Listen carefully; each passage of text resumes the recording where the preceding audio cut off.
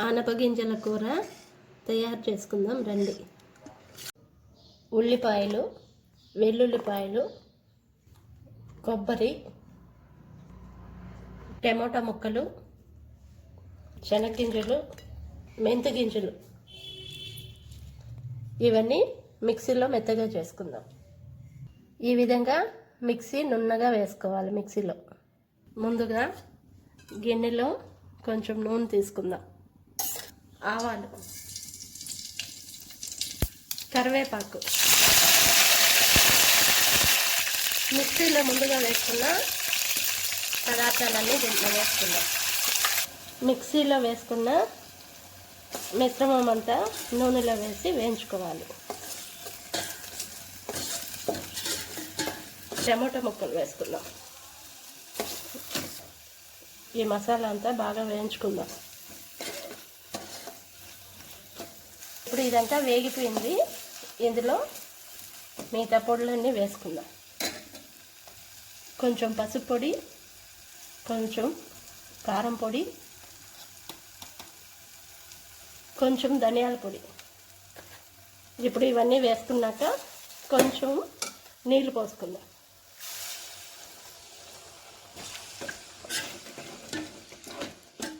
నీళ్ళు పోసుకున్న తర్వాత మనం ముందుగా తీసుకున్న అనపకాయలు ఒలుచుకొని గింజలు తీసుకొని అవి దీంట్లో వేసుకుందాం.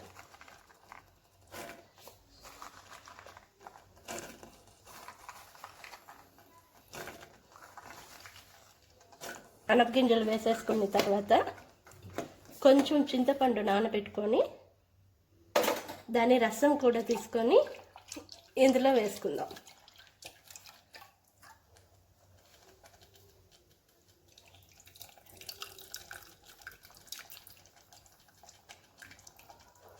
ఇందులో నీళ్లు కొన్ని పోసుకుందాం.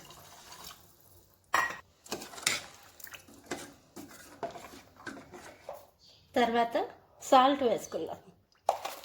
ఇవన్నీ బాగా కలుపుకొని బాగా ఉడికించుకుందాం. మూత పెట్టేసి కాసేపు బాగా ఉడికించుకుందాం. గింజలు ఉడికే విధంగా ఉడికించుకుందాం.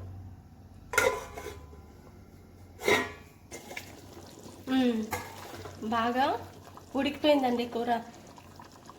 దీంట్లో కొత్తిమీర కొంచెం వేసేసుకుందాము.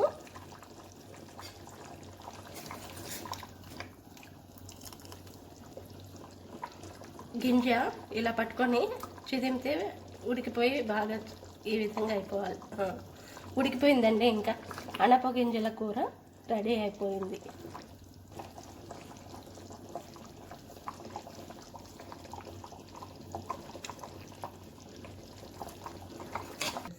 ప్లేట్లోకి వేడి వేడి అన్నం తీసుకొని మనం చేసుకున్న అనపగింజల కూరను వేసుకొని కలుపుకొని తిన్నామంటే చాలా బాగుంటుంది.